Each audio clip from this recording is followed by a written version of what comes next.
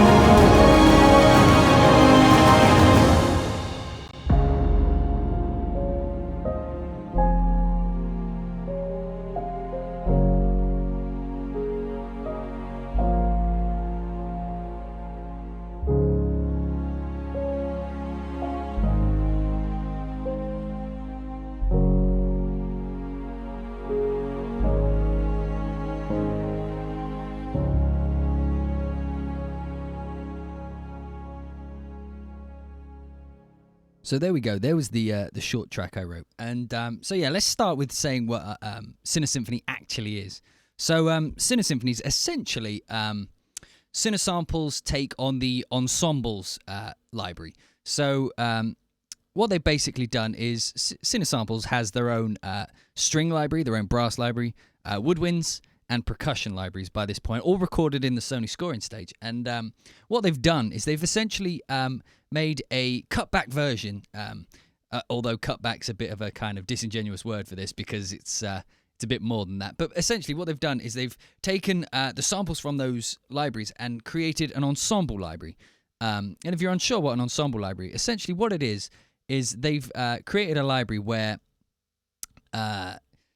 what you get is all the samples, all the sections of a different section of the orchestra. So the string section, the brass section, and what they do is they put all those instruments, like here we've got the bass, cello, viola, and violin, and they put them all into one single patch so that you can play them on the keyboard in one go. So like to the left of the keyboard, you get like the basses, and then you move further up, you get cello, and then a bit further up from that, you should get viola. And then at the top you get violins. And that basically allows you to,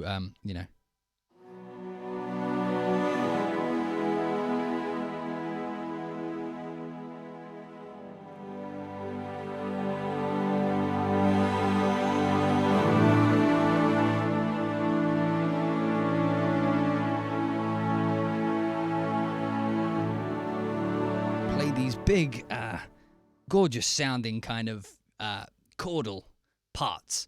So yeah, and one of the other cool things that they've done with it is as it's like the cutback version, you obviously get like less round robins and whatnot. However, the size of the library is considerably smaller. So if you were to say have cine strings, cine brass, cine percussion, and cine winds, you're looking at tens of gigabytes, maybe 50 plus, maybe even more than what I'm predicting. Whereas this library is only 2 gigabytes, and you pretty much get like an entire orchestral section So like the brass goes, tuba, trombone, horn, and trumpet, and then we come down to winds, which is all that down here. You get bassoon, clarinet, oboe, and flute, and then percussion. You get all sorts of good stuff. If I just like load it up and then just,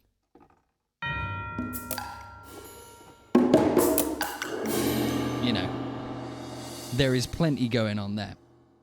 So let me go through the track, starting with the strings, and we'll take a look at each section individually. So to start off, like when I first wrote this track, they were telling me that when I first got the library, they were telling me that the library's aimed at students, like who are just starting out, or beginners, who need a first orchestral library, and they just need the sound of an orchestra, and also for professionals who work on either smaller systems, not everybody's got like the top of the line professional rig, or laptop rigs. And someone who, like, if you guys follow the videos, I've been around the world recently. I've been to Tokyo. I've been to Tokyo. I've been to LA, and these flights are 12 hours long. And it would be great, like normally when I do it, I get the laptop out, and I've got all external hard drives and whatnot.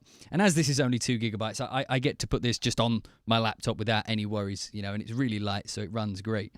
But yeah, so to start this demonstration video, I thought I'd give it a test. So this track actually started on my laptop.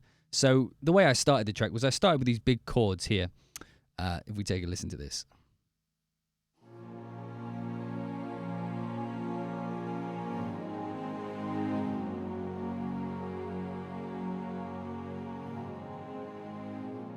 Just a simple progression, get the vibe of the track. And this would be a good time to take a look at these controls here. So as you heard, that sound was very kind of low, with a little bit of a violin-y kind of vibe to it.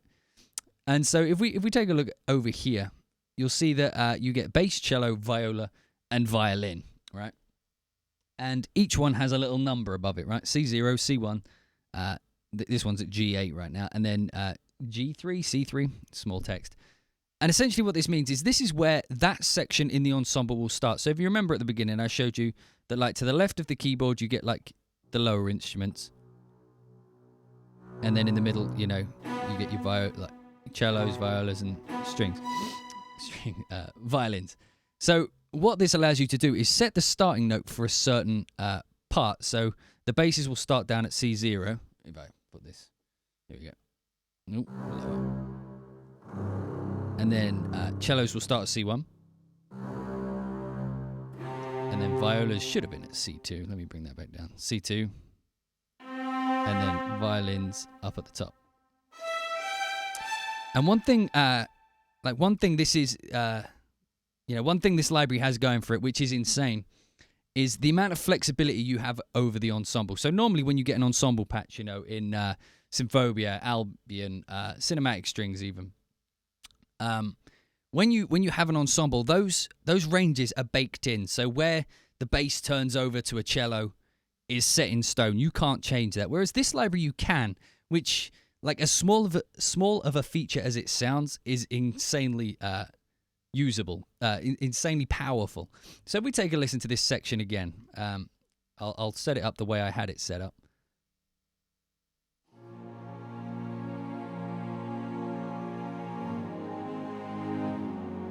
I mean, it's a great sound, but as you can see, I have the viola starting at G8, which is all the way, like up here on this keyboard. It's all the way up here. So essentially what I've done is I've turned the viola off. So when I play chords, you're not getting any viola in there.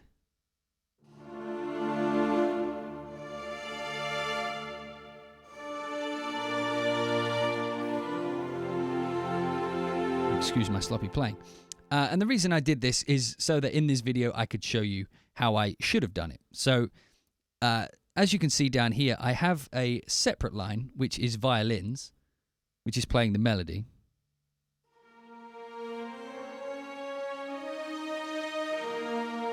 And I'll go on to that a bit more in detail in a second.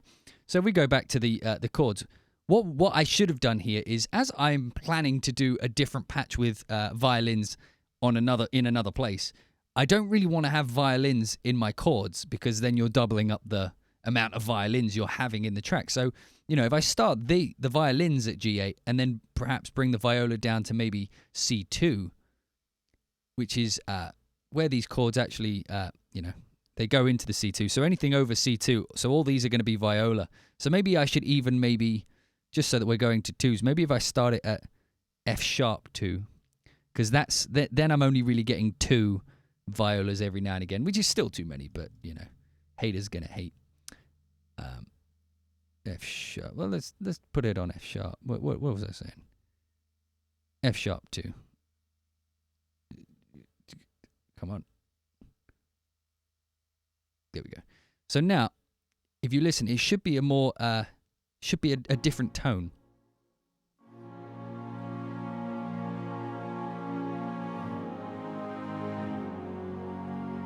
There's more of a viola sound. Just for reference, let me take the cellos out and then bring this down to C1 instead.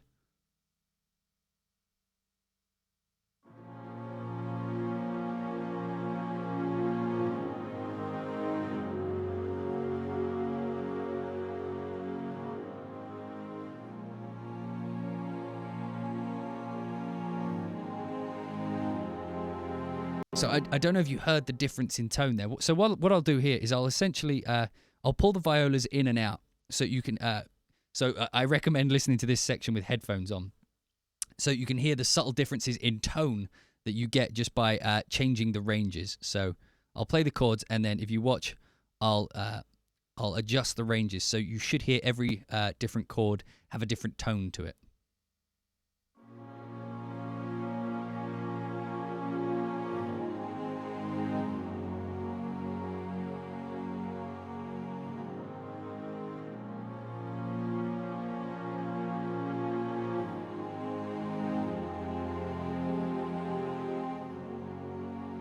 So the way they've done this is where you set the start note. That's where the intersection of crossfade between the sections goes. So you can naturally kind of adjust these.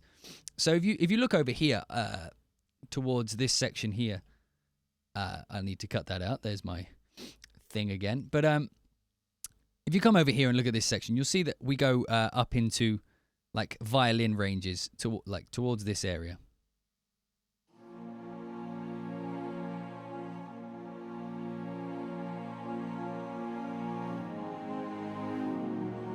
So what I could actually do here, which is, let's say around, what's this, A sharp 2.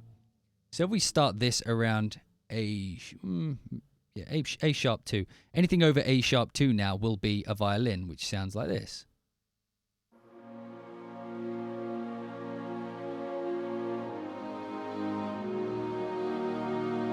Again, for comparison, I'll do it with this chord because it's noticeable.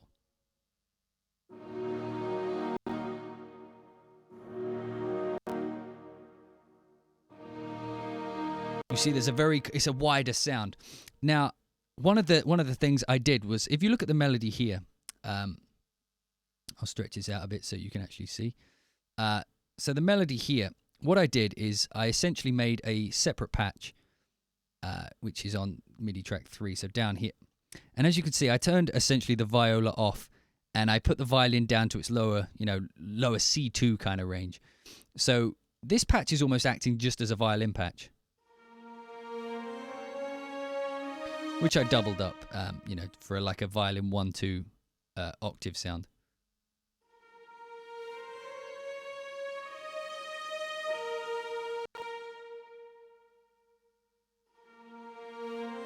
So as I did this, obviously in these chords, I do not want a violin. So, I turn the violin off. That way, the violas are rocking the chords. And then the violins, even though the violins are going into viola range, they are being played on the violin. And there's not that, there's way too many players, like if this was real, going on right now. But tonally, it's sounding fuller and more correct because the violins are doing the melody and not the chords as well, which if you only had another ensemble patch, if your violin line went into the range of some of these chords, then you're having doubled instruments, like the melody may change to a viola at some point, or you may end up with chords that are on violins but also in the melody, so you get a weird kind of clash. Whereas this, because I've essentially turned off the violin in the chords, you get the full range. I mean, I'll...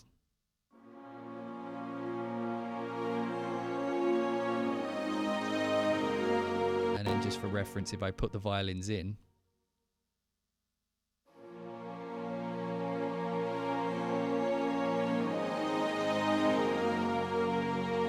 you'll hear that the chords, because the chords have got violins in, it sounds like there's too many violins going on. So I turn those off, bring the viola back in. So why did I do this? Let me show you why I did this. So if you look here, like I mentioned, the melody ends, and then the chords go up into what could be considered a good violin range. So one little trick, this isn't like included, but I thought I'd show you guys this. So if you click on auto in Contact, right, you get lots of zero, lots of numbers, and it says not assigned. If you drag this, just click the number, drag it, and I'm going to drag that to violin, right? So now this dial is controlled by 0000. So if I come over to my Contact here, you'll see that this split point, or whatever, the blah, blah, blah, is now an automatable effect. So what I can actually do now is I can come in, and where that melody changes here, what I can actually do is adjust the range. If you watch this, you see, so that's now going to start F sharp 2. So I can essentially bring the violins back into the chords.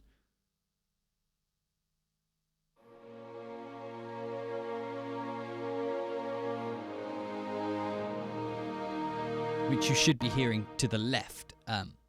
Whereas over here on the chords,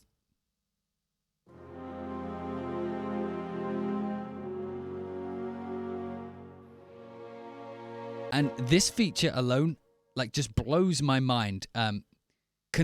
When you compare it to how ensembles are supposed to work, in air quotes, the amount of flexibility here over tone is incredible. I mean, even to the point where I've since I've had this and been working on tracks, I've actually chosen to go with ensemble patches over different patches because the tone is correct. So I'm not, if it's not being recorded by a live orchestra, I just want it to be as easy for me to work with as possible.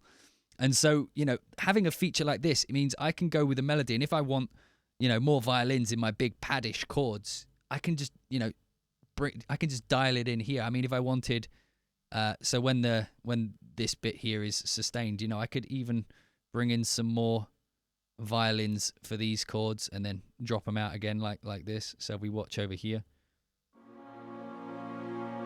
So I'll bring in the violins as well.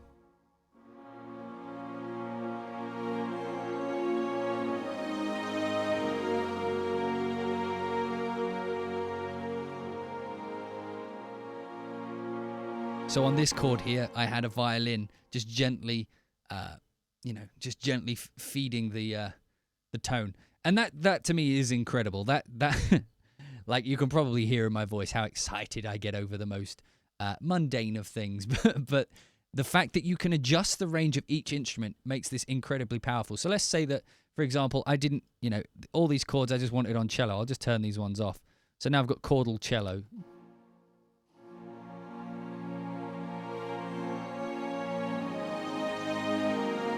Now cello and violin.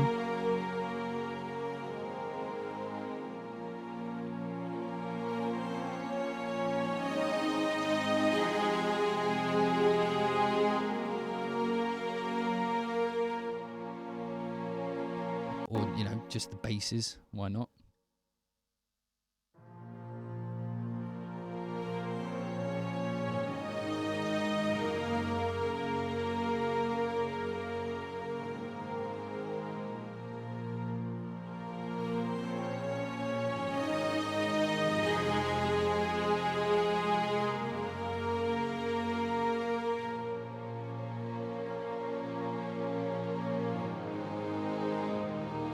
And then you'll hear there, because of the automation, it brings in the violins. So yeah, this to me is like the way ensembles should be done. The amount of flexibility I have over the tone of my ensemble is complete. It's total. Like, I don't need You know, if let's say that my chords, you know, there was an inner voice in my chord that kept changing between cello and, you know, viola, which happens a lot with ensembles. And maybe you don't like the tone of the viola there. You know, you can now just dial it out, you know, maybe even just put the viola up a bit so that you still get the viola tone, but that cello inner harmony isn't going up into the viola, which you may not like the sound of, which is actually what I did with the brass and the trombones, but I'll explain that in a second. So every patch, right, comes with, every melodic patch comes with essentially two articulations. That's what you get in the library. You get a sustained note and you get a short articulation. So the shorts sound like this. You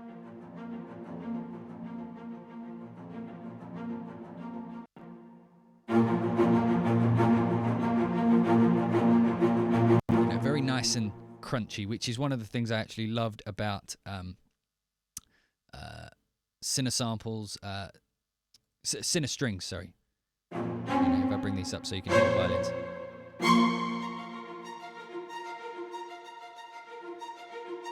So I don't know if you guys can hear that. My lower notes here are actually going over to the viola. So it goes over to the right ear. So again, just to show this, I can, or they're going over to the cello rather. I can alleviate this by just bringing the violin down, turn off the cello.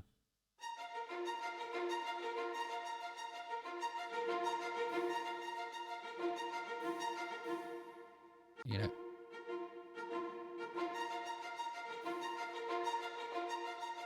Or where did I have them? I had them down here somewhere. Down here, I think I had them. Is it C0? Is the key switch? So so the way the library actually comes set up is what is it? B1. Where's B1? Oh wait, I'm way too low. Is that B1? That's B0.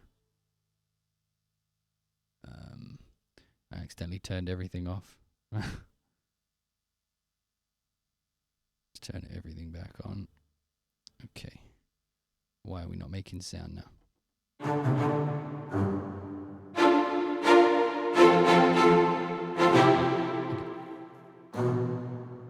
I made them all too low. I just don't even know anymore. Let's just back up. There we go.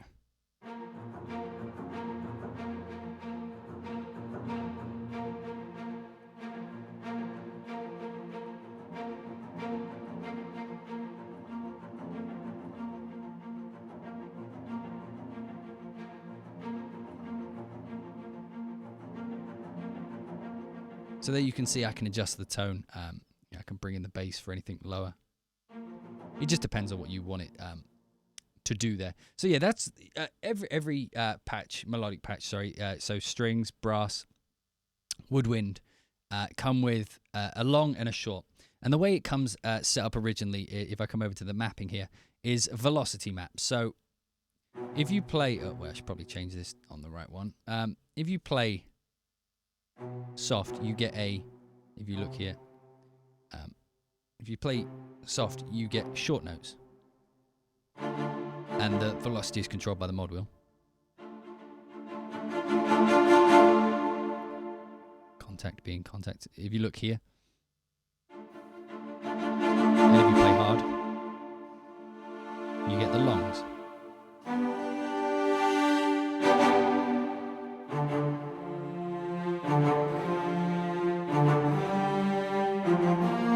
Which is good if you're doing melodic lines like that. But sometimes when you're playing, you just want to, you know, you want to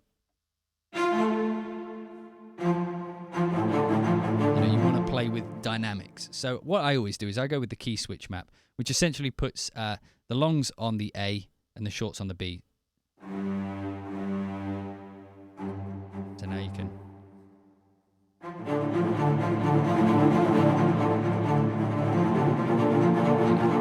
You can play with dynamics.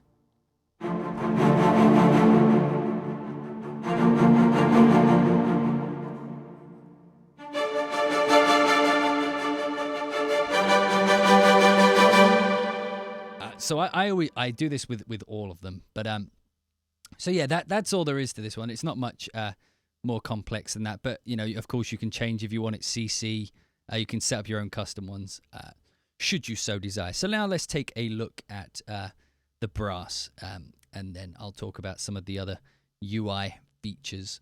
I didn't do anything other than with the strings that I know. So, well, other than like here.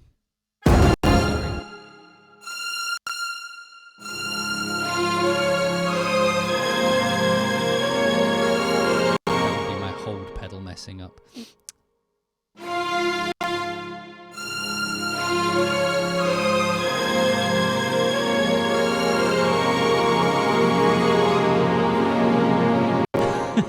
So this is why when you play you should never use a hold pedal, because if you don't have the hold pedal off, everything holds. Okay, this should be fine now.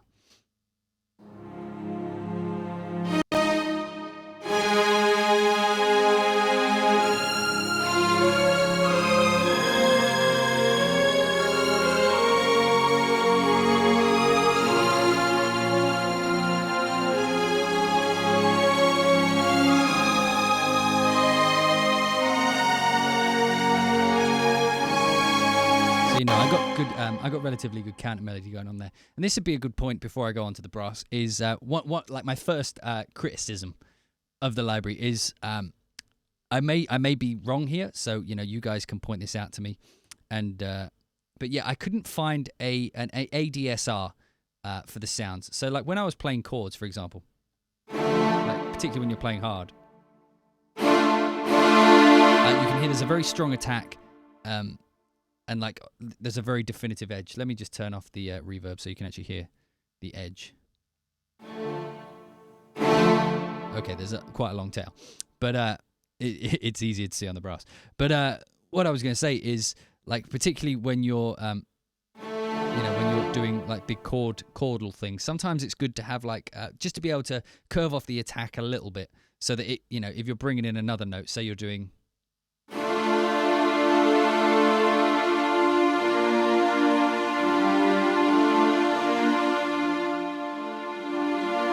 Sometimes you may want that hard attack so that you can hear which notes are being pushed through, but sometimes you just want to have the notes kind of blend into each other. One thing to note for the point of this track, I actually have a sub bass going on which sounds like this.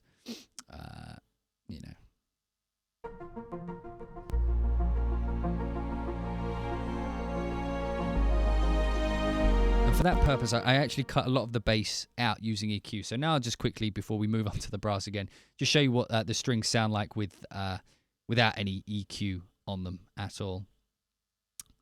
Yeah.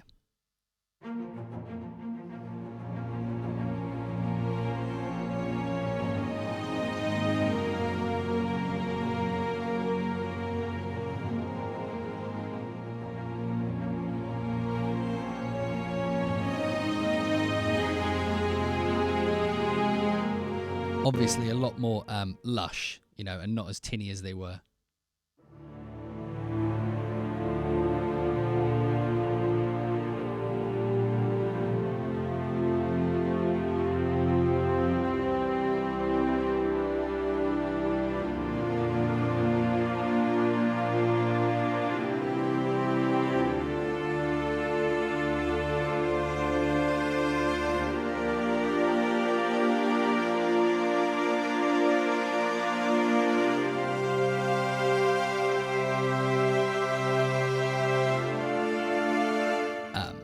So yeah, obviously a lot more lush. I always put reverb on things, so without EQ, with reverb.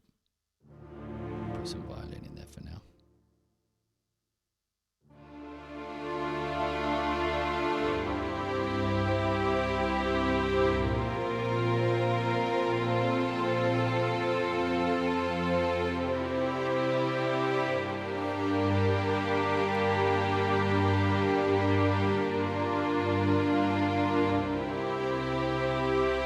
It's actually got a beautiful lush sound, which in the context of the track I was doing, because it was so, because there's so much more going on with the other instruments, like there's quite a few EQ adjustments. As you can see, I've rolled off a lot of the low end. Well, I've pretty much rolled off all of it, and I just pulled down some of those resonant peaks, because when you put reverb on, you get some extra build up of some problem frequencies. So.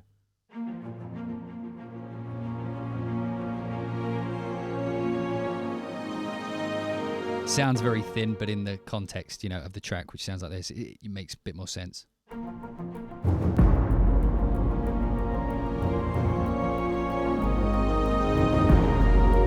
So yeah, let's move down to the brass. I think I've spoken enough about the strings there. So I'll actually start this one with the effects turned off. So yeah, this one the brass started the same way as the strings. So we're still on my laptop here. Well, we're on my studio PC this second, but this piece started. So I started with the chords again.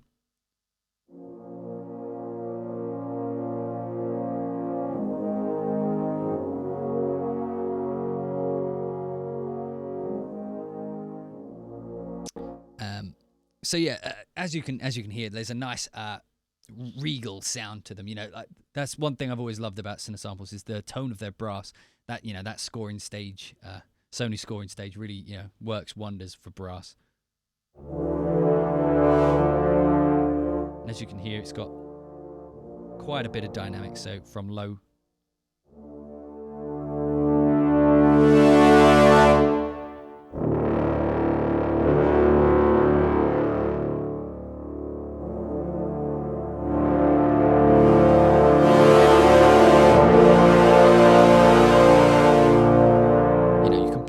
Pretty hard, which is something you don't normally get with ensembles. Normally when you get, I don't know why it is, but when you get ensemble brass, usually it seems to break up when you go up high.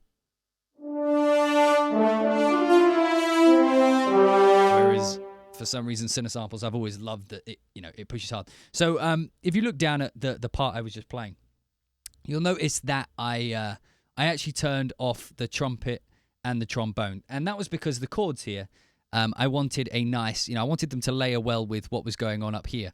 And French horns in their lower dynamic tends to sound a bit more kind of soft.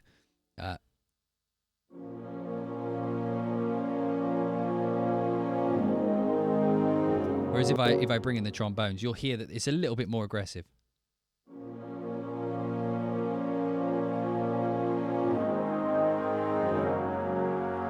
Particularly in the higher ranges.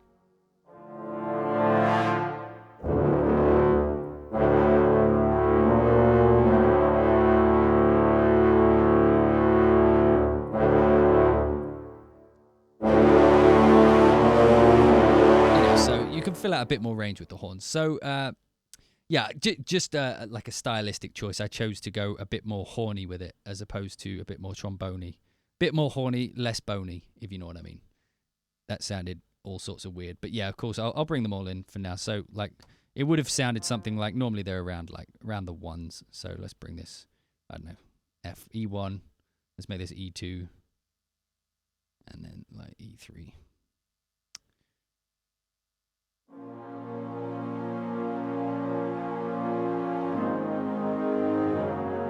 And the brass is a good place. Particularly the brass is like I was saying earlier about the ADSR. Brass tends to have, like in this library, seems to have quite a harsh attack.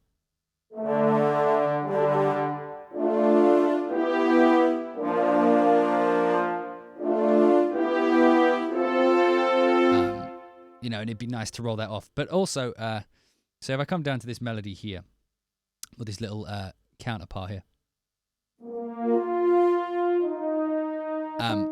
This is where it's a good time to mention that this library doesn't have legato transitions. So as it's ensemble, there's no recorded legato or options to put legato on in the UI. So you're stuck with what you've got, and this is where the problem of having no ADSR is. So like this line here, while it isn't that bad, when a note ends, you can hear very definitely that it just ends.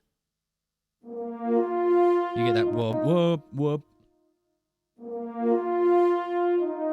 And so, like with ADSR, what you could do is just put a little bit more tail on so that it fades out. When a note comes off, it just, the roll off is a little bit softer so that you can, so that it blends between the notes. So another way around this is reverb. I always put reverb on, which tends to alleviate it to, somewhat.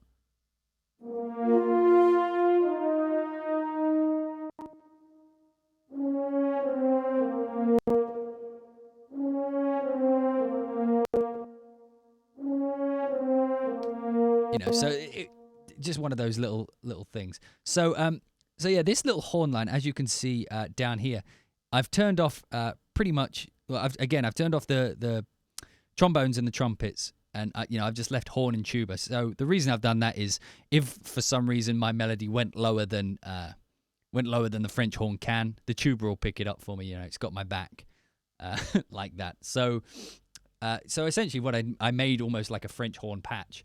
Again, same reasoning. This way I've got the horn melody playing over the top.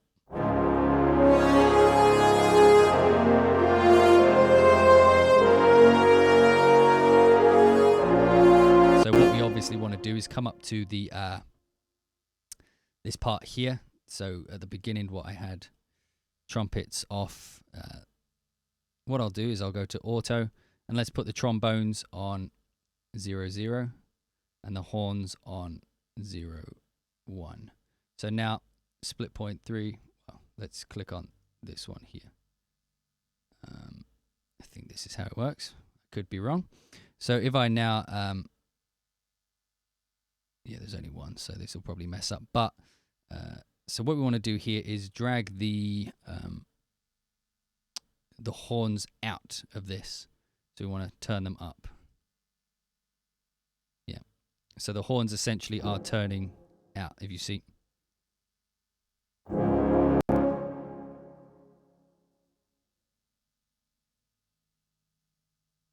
Okay.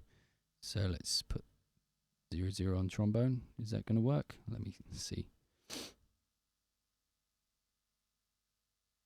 So there we put the trombone in. Getting this to work. Okay, come on now. Come on now. There we go. Split point 3. Okay, and then we turn that on, and that should be it. Oh, come on now. So this is still work in progress. Here we go. Is this gonna? Okay, so apparently by the looks of it, you can only do one at a time, but that's okay. We'll deal with that. Goodness. Oh my goodness. Let's stop doing this fail. But what I'm trying to do here, I'll try not to figure this out live on the camera here. But yeah, what I want to do normally is make these be the trombones so that this French horn line can soar through like the stars. Let's just turn these off so that we're not confusing it anymore. Because Contact does like to be confused. Right, so let's turn these off.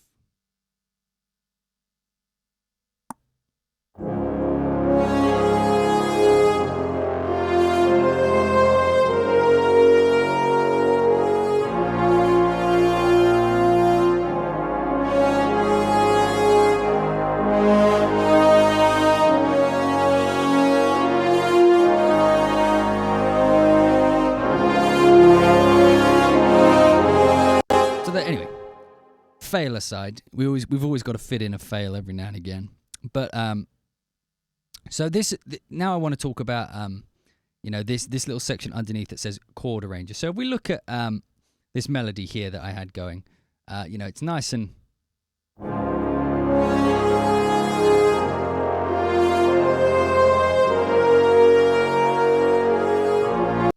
so it sounds great on the horn, but let's say that I wanted to double that up. So, or I wanted not just a horny sound, I wanted a bit of a trumpety sound as well. So, let's say we brought down the trumpet down to like the same kind of range. You'll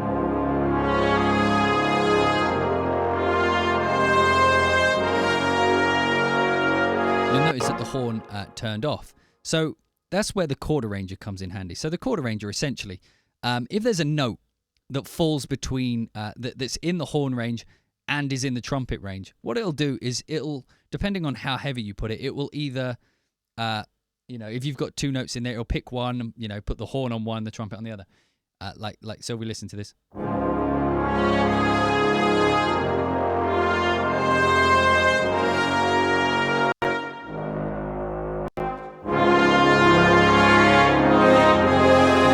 Splitting up a bit, but if you go to medium, what it essentially does is if one of the notes lands between the range of both instruments, what it'll do is it'll actually put it on both.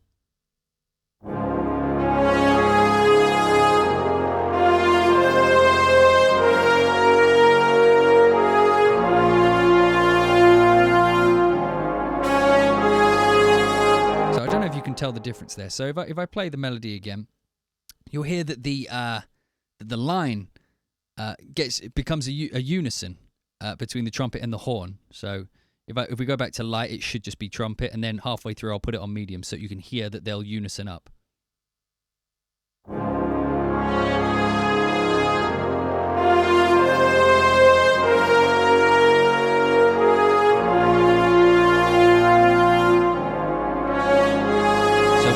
What if the note lands within the range of 3 instruments? Well, that's where you can put on heavy. So this is essentially, as you heard there, some of these notes here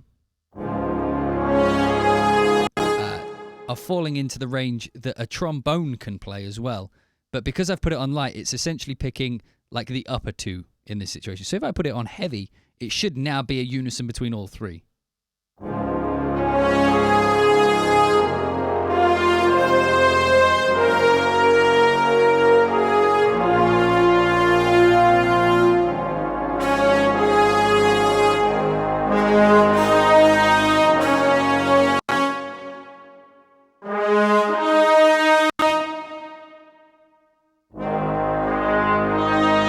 So as you can see, it intelligently kind of selects what's best for you.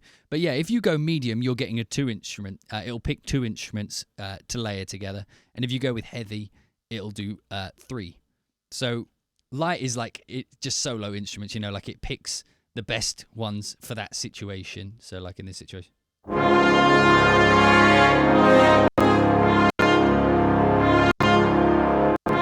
Isn't the library with stuck notes. That's me playing with a hold pedal and recording. So you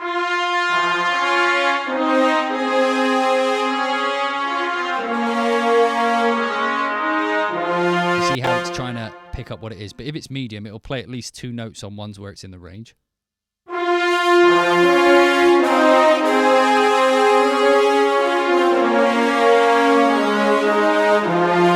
Heavy should play all of them.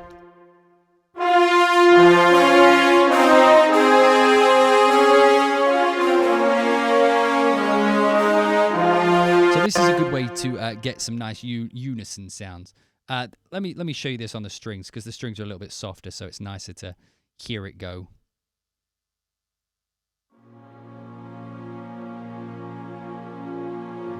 Because on the strings, obviously, we've got a lot of notes. Like cello and viola ranges kind of, fits most of these. So it'll give you a thicker, more lush kind of sound. Let me turn this off. And start from there.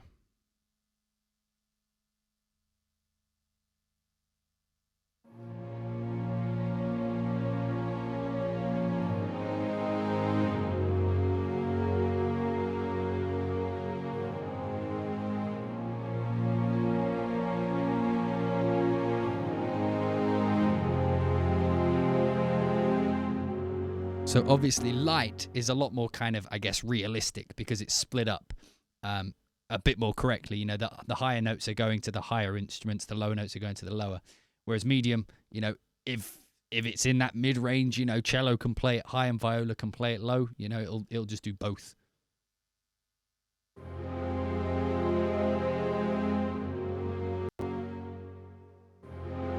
And that can change the tone, so there's a much thicker sound. I'll play that one chord with light, medium, and then heavy.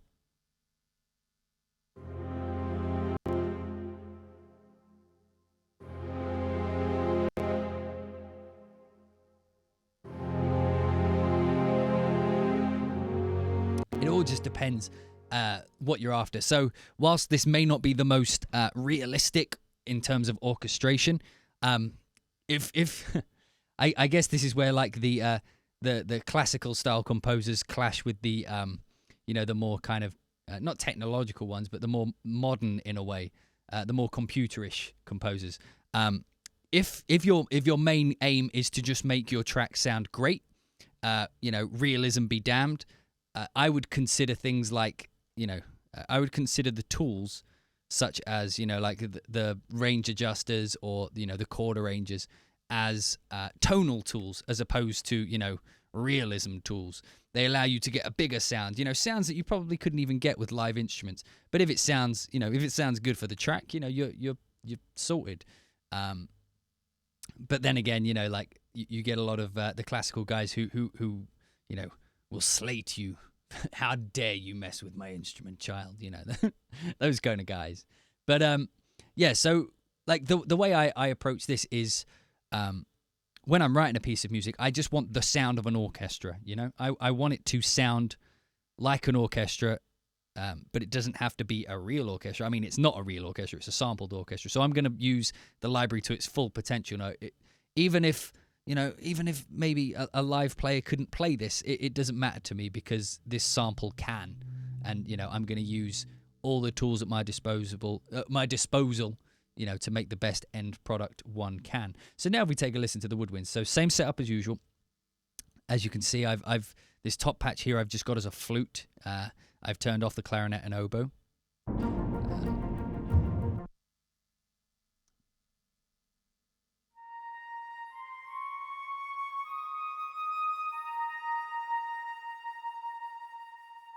And maybe if I wanted it, let's say, a unison with a clarinet. Oh, wrong one, wrong patch. Let's say I wanted a unison with a clarinet. I can bring in the clarinet. And now we should have a unison.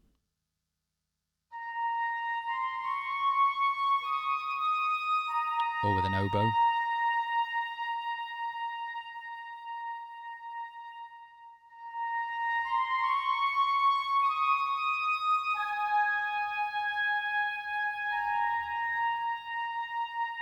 This is obviously a high range, so if I just bring this down, you'll hear the other ones a bit clearer.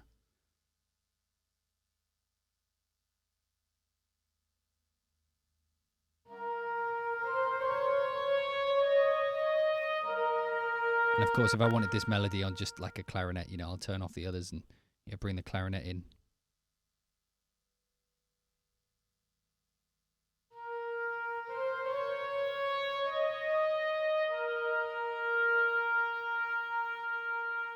Maybe an oboe sound.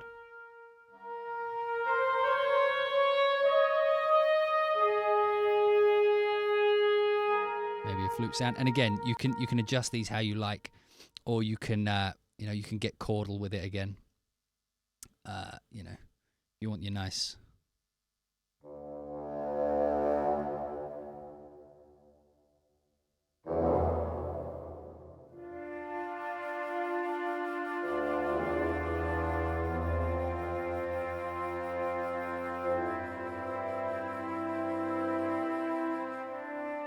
Here there's like nothing there. There's nothing going on in this range for some reason. The flutes are up there. What have I done? What have I done? Oh, they're up here.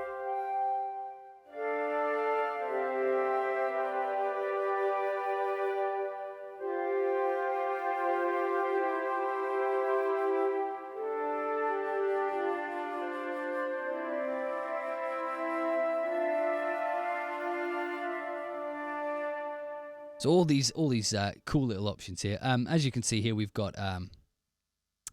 If you've seen any of my Cinesamples overview videos before, you'll recognize the UI straight away. You can put all these different effects up here. You want a bit of delay.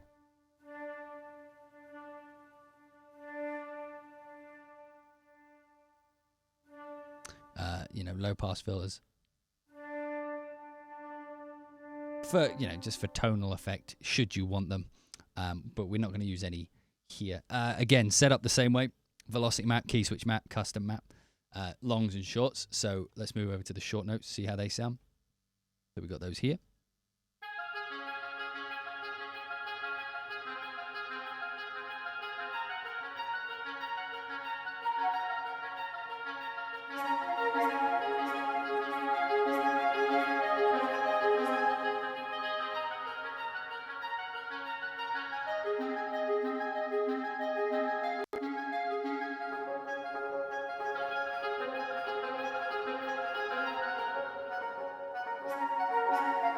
And there are some weird little glitches with some of the short notes, like if you go a bit high. But in general, they seem to be okay. It would be nice to have like a tightness control.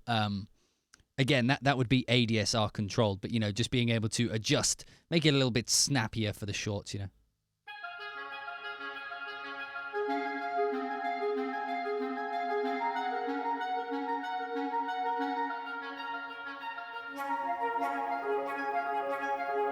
so flute shorts seem a little bit iffy in places. But yeah, woodwinds are, I don't use them that often, but whenever I do use woodwinds, they're always in ensembles, because normally they're just there for effect as opposed to me writing meaningful lines. I mean, this part here is doubling the main melody.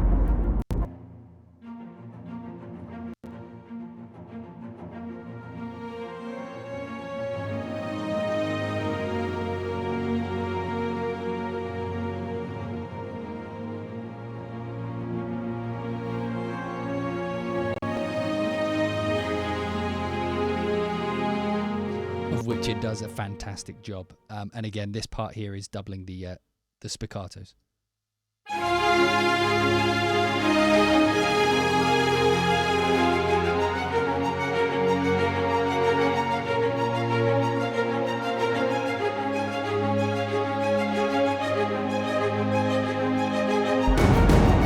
So that's all good. So that's the melodic instruments covered. So now let's move into the percussion. So for the percussion, I actually did. The percussion started on the laptop, but when I got it to my studio, I wanted to show that it's, like how well the library blends with third party. And a lot of you guys know that I love me some percussion. So I chose to use percussion as the instrument I would show the third party libraries with. So my percussion section with everything together sounds like this.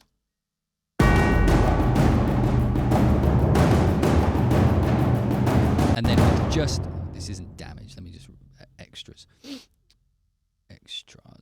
So now let me play it with. I'll mute the extras so you can hear what the percussion from CineSymphony is doing.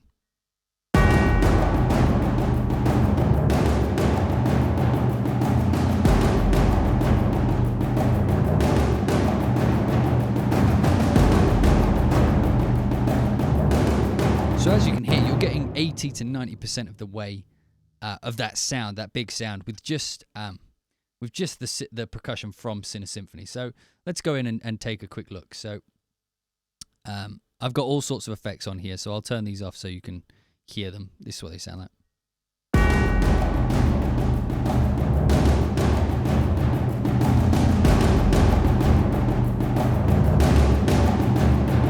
Compressions just to tighten it all together. I assume most people know how to to work around a compressor, so I won't go into all that good stuff. So one thing you'll notice is that with the percussion, you don't get to dial in obviously where the ranges are, because each key has a different instrument on it. So down low, you get your or very low down, you get tubular bells, and then you get like your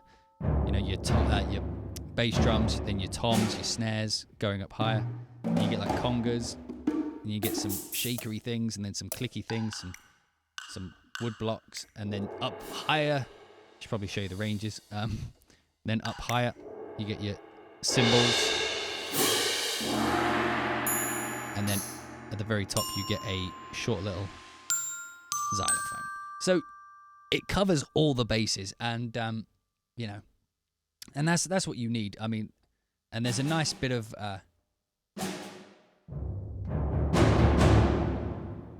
there's a nice dynamic range to them, so.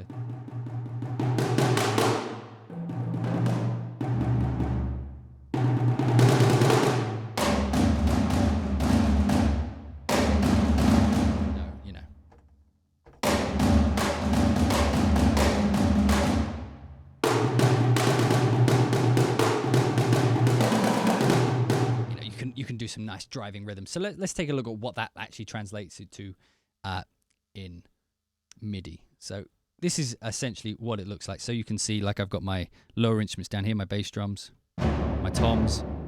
I've got some like conga type things, and they've got some shakers. So that all together sounds like this. Just one instrument.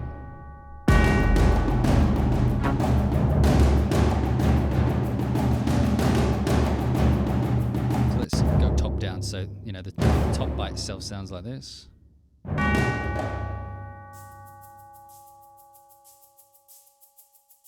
It's nice, and then next one down is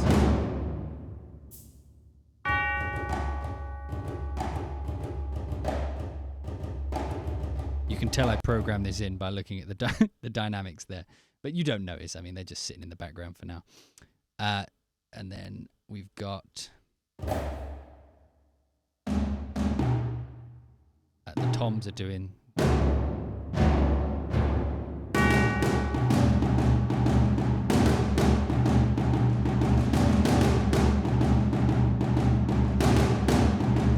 It's kind of a polyrhythm, so.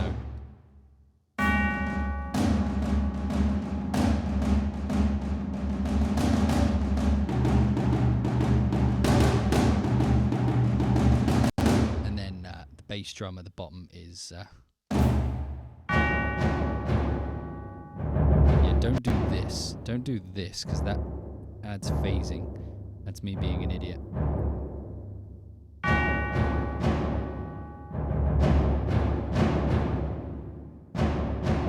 And then, put together, you get that. So that brings me on to this little MIDI track here. So this is actually the same patch again. As you can hear, it's just playing these clicky notes. Now, the reason I've put them on a separate track is this. So if I copy this and then put it on the top one, you should hear the problem right away. That is, it sticks out. It's too loud. I could drag it down in dynamics, but when you're dragging down in dynamics, you're getting different samples. And I wanted a harder kind of hit. Because occasionally, sometimes I like to have like hard articulations, but turn them down in the mix, so there's more attack but less body. And sometimes, inversely, I like to have things played soft and turned up, like bass drums. Because bass drums or bigger drums, when you hit them soft, inherently create a deeper tone. So, if you want a deeper tone, you can play it soft and then just crank up the volume so that you're getting a boomy sound. That's how a lot of boom sounds are made. So one thing like this that brings me to my other criticism of the library is I wish, particularly for the percussion, there was a volume control for each key. I know that may be a lot. Maybe you could put it in mapping as there's nothing here. Put like the low, the toms, blah, blah, blah. Just so that you could dial in the volume of the actual instrument. So what I've had to do is put the this clicky thing on a separate track. And then here, as you can see, I've turned it, down to -18. So I've turned it down a lot. But when it's in the track, just clicky, It's just one of those subtle things about percussion, just having that little light edge. And it's the same thing with the snare. So the snare drum.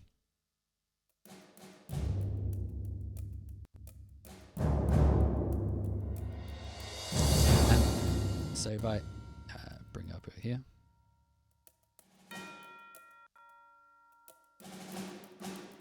inversely, if this was on track 1, it would sound a lot louder. It would sound like this, like with the rest of it together.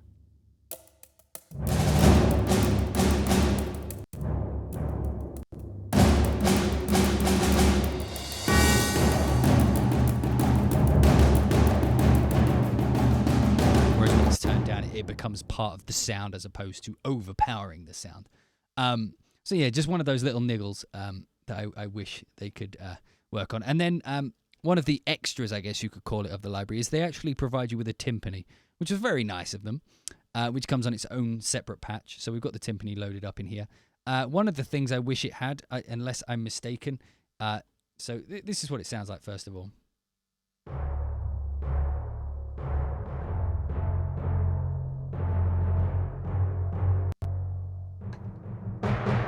We've got a nice dynamic range on it.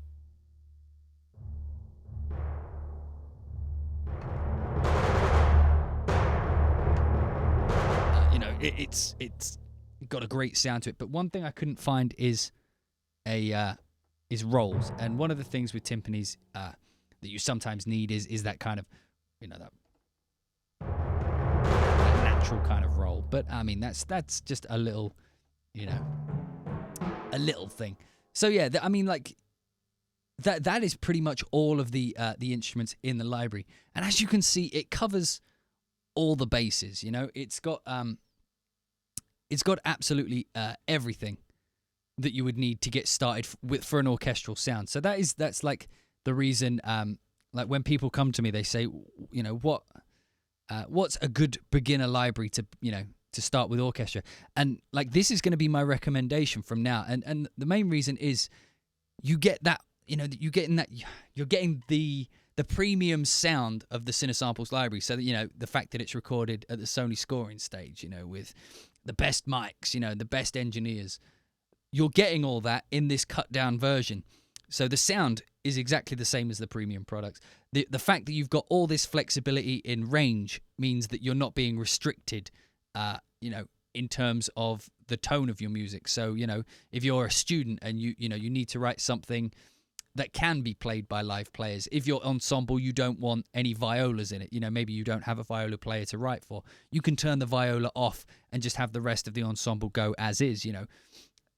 So yeah, just having those options to adjust the tone to your liking, and the fact that it covers everything. I mean, for the majority of music, you write with long or short. You know, but well, I do. I know there's people out there who are crying havoc, you know, because it doesn't have like harmonics or something, like these extended features, and some that would be considered mainstays. You know, like tremolo, which I wish it did have, but you know, I guess I can live without that. But yeah, this is a perfect place to start. Mainly because, you know, the price considered to the competition when it comes to ensembles. So you're looking at Albion, Symphobia, not so much cinematic strings, but libraries like that, you know, they're a little bit more expensive. You do obviously get more articulations, you know, with like Albion and Symphobia and such. But, you know, the flexibility isn't there, you know, they're baked in. So, like, I think with Albion, you get, like, low strings and high strings, but where they cross over is locked. But then you do get, like, tremolos and legato and things like that. So, I mean, it depends what you want. I mean, as a starter library, this is perfect. I mean, if you get it with Contact, you don't actually need to own Contact full version to use this, because it actually runs in the free player of Contact. So, you know, you don't actually have to have Contact in the first place. You can just buy this library and, you know, you've got your orchestral sounds ready to go.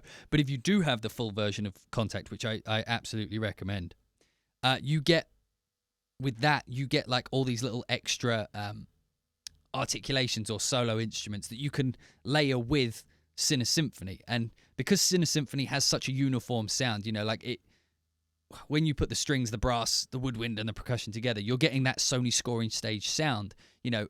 Just layering on top, you know, it's much easier to match because you're not trying to, you know, the strings are in one hall and the brass is in another hall, you know, or recorded on different places, different engineers or anything. It's much easier to get a kind of uniform tone with it, you know. And another thing I think is worth pointing out is that in my experience with CineSymphony so far, compared to the other, the competition when it comes to ensembles, is mainly because of the flexibility of being able to choose your ranges. It seems to be able to go a lot more, it seems to be able to go into those FFF ranges, you know, the really loud dynamics, you know, like.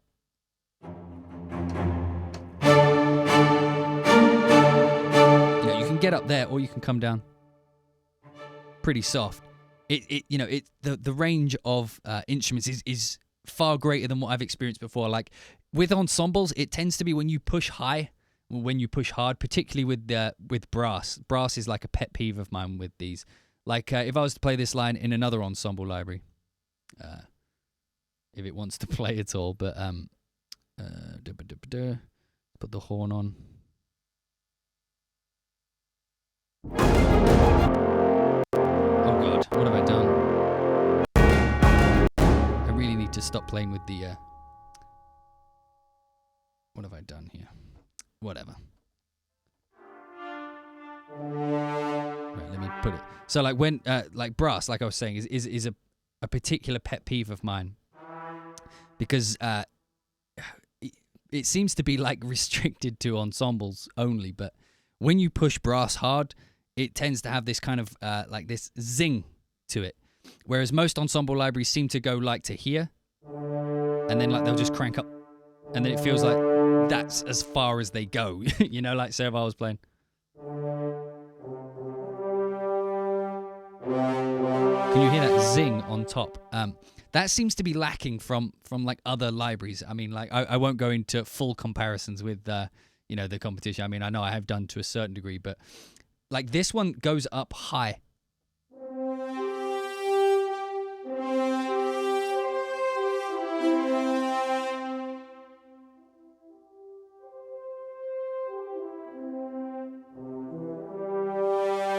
And so if you're an aspiring epic music composer, you want to do the big trailer hits, the big, those big epic orchestral sounds, this is a good one for you because it does the epic, but it also does the soft. I mean, I would consider, like these string chords, for lack of a better term, lush, like they do the soft dynamic pretty well.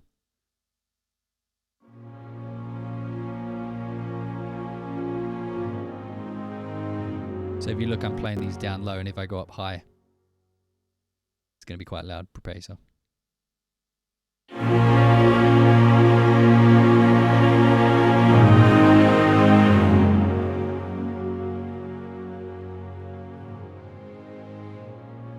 So you can do the soft kind of intimate, and you can do the big epic.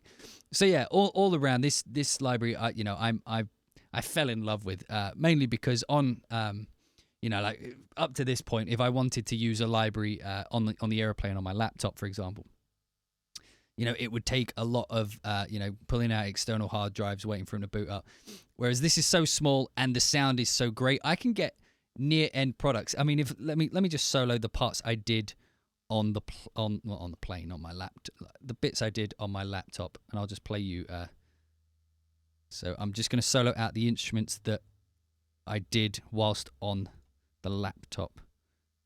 Didn't do that. I did this, and I did this. So yeah, this is the like what I did with just the laptop. If you can imagine that, and then listen to the quality. I mean, like, some people may hate my music in general, but if you listen to the quality of what I was getting just from a laptop rig, so just this.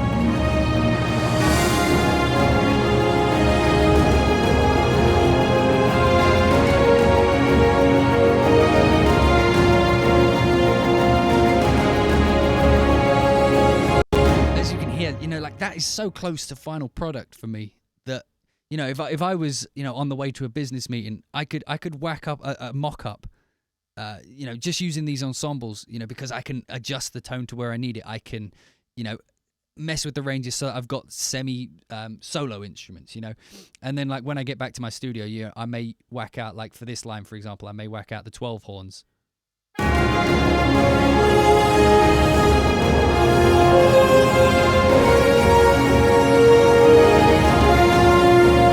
And the sound isn't that different,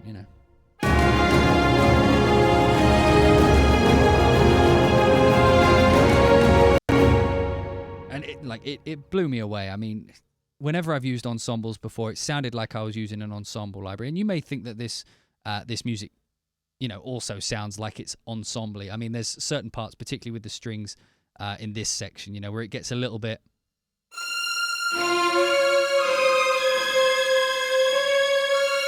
But in the context of the whole track, that's forgivable. I mean, if I'm showing a director, he's going to get a good idea of what this part's supposed to sound like.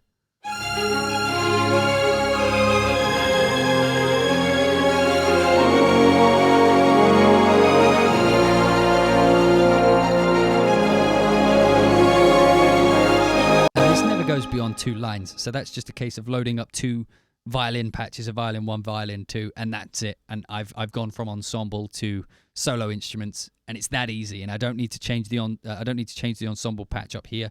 If I need less violin, I just turn them down. If I need more viola, I turn it up. So yeah, I like I keep saying, I'm thoroughly impressed with this library. It's everything that I've wanted from an ensemble library for years. And yeah, so like even now, like the brass, for example, the brass chords have become like my go-to brass, like even for final products, you know, because it just, to me, it sounds good enough to, you know, fill that part of the track. It, like, doing it with solo instruments, the difference is so negligible that it's almost not worth the extra time. I mean, like, and sometimes it doesn't even necessarily sound better that way. It's, you know, just go with what sounds best. And to me, like, parts of this sound great. So yeah, I mean, like, it's a godsend for people who work on laptops or don't necessarily have the, you know, the biggest machines. And it's also, you know, if yeah, so if you don't have the biggest machines or you use laptops, this is great. Or if you're a beginner and you just want an orchestral sound, this is going to take you ludicrously far. I mean, like, I wish this was around when I was starting out, you know, because I remember when I started out, you know, you had, I don't know, Edirol Orchestra, VST or whatever it was, you know, which was just like strings and stuff, you know, and it was kind of, when you're starting out, it's kind of hard to figure out how it's all supposed to go together, because, you know, your natural instinct when you're beginning is to just block out some chords, get some music going, you know, and this is, it's like, it's a professional sound, you know, for the most minimal of input, which is, you know, incredible, particularly if you are working fast. So yeah, I think that thoroughly shows my opinion on the library. And yeah, if you guys have any questions about the library or something I missed, please do comment down below, and I will answer everyone that asks a direct question. If someone just says, like, great video or something, don't feel bad if I don't comment on it. You know, it's like you can just assume I'm saying thank you. Otherwise, I'd just be saying thank you every comment, which is, you know, I could do it, but it's negligible. But yeah, if you have a question, ask it. I will answer it. And yeah, I hope you guys have found this video informative. If not, at least entertaining. And if not, I'm sorry I wasted all that time of yours. But yeah, absolutely fantastic library, and it's definitely my my recommendation for beginners and people with less than super machines. So yeah, I hope you guys have enjoyed watching this video today, and leave comments in the description, subscribe if you like these videos. There's always more coming. And yeah, thanks for watching. I'll see you guys in the next video. Thanks.